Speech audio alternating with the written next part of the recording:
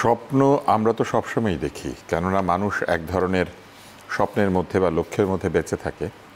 এবং এই বছর আমাদের একটা ভিন্ন ধরনের স্বপ্ন আছে যে বাংলাদেশে একটা বৈষম্যহীন সমাজ স্থাপিত হবে, বাংলাদেশে ভঙ্গুর অর্থনীতি ঘুরে দাঁড়াবে, বাংলাদেশে বিনিয়োগ আসবে এবং বাংলাদেশের অভ্যন্তরীণ বিনিয়োগ বাড়বে, বাংলাদেশের শিক্ষা ব্যবস্থা যে টার্ময়েলের মধ্যে দিয়ে যাচ্ছিল এক ধরনের চড়াই উতরাই, সেখান থেকে আমরা শিক্ষা ব্যবস্থাকে আরও জনমুখী করে গড়ে তুলতে পারবো। এরকম স্বপ্ন কিন্তু আমরা একটা আন্দোলনের মধ্যে দিয়ে গত বছর দেখেছি, যে স্বপ্ন কন্টিনিউড হচ্ছে।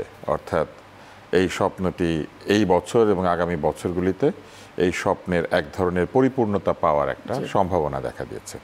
তো সেই অর্থে আমার কাছে মনে হয় যে আমাদের নাগরিকদের এই বছরের স্বপ্ন অনেক ক্ষেত্রেই দেশকে নিয়ে। ব্যক্তিগত স্বপ্নের পরিমাণ কি আমি ঠিক জানি না, কিন্তু আমরা যদি পত্রপত্রিকা দেখি কিংবা আপনাদের টেলিভিশন চ্যানেলগুলি দেখি, রেডিও শুনি, তাহলে দেখব যে প্রায় সকলেই ভবিষ্যতে বাংলাদেশ কেমন হবে এই বিষয়টি জানার এবং এক ধরনের মতামত তৈরি করার চেষ্টা করছেন।